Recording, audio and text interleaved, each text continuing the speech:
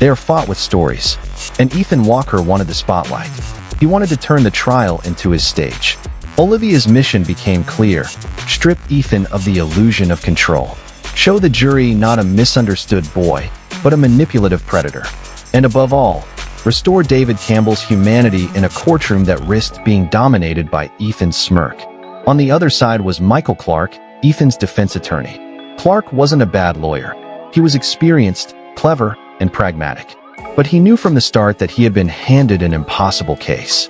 The evidence was damning. The community despised his client. And Ethan himself was a liability. Cocky, uncooperative, dismissive of advice. So Clark turned to the only weapon left: pity. He would paint Ethan as a product of a broken home. A boy failed by his parents. A child who never had a chance. If he could make at least one juror believe Ethan deserved help, not punishment, he could save him from life in prison. But what Clark didn't realize was that his entire defense would be undone. Not by Olivia Rodriguez, not by forensic evidence, but by someone much closer to Ethan. His own mother. Elizabeth Walker attended every pretrial hearing.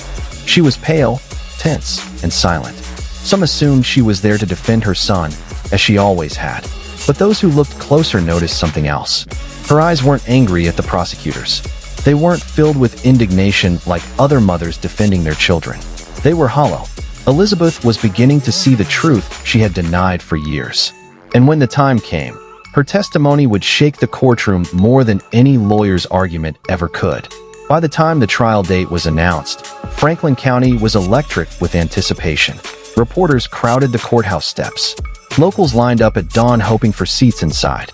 Everyone wanted to witness the showdown. The grieving Campbell family on one side, the smirking teenager on the other. Ethan, of course, seemed thrilled. He strutted into the courtroom in a tailored suit, scanning the crowd like an actor greeting his audience. He whispered jokes to his lawyer. He winked at cameras. To him, it was a performance. But soon, Ethan would learn that this wasn't his stage. This was a court of law. And here, the spotlight doesn't flatter, it exposes. The trial of Ethan Walker was about to begin. After the opening arguments, it became clear that Ethan's defense team, led by Michael Clark, had abandoned traditional legal maneuvering. They weren't just contesting evidence anymore. They were staging a play. Clark realized that the prosecution's case was strong, too strong to dismiss with technicalities.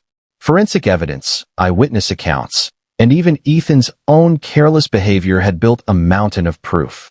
So, Clark pivoted. His new weapon wasn't law. It was pity. He began painting Ethan not as a criminal,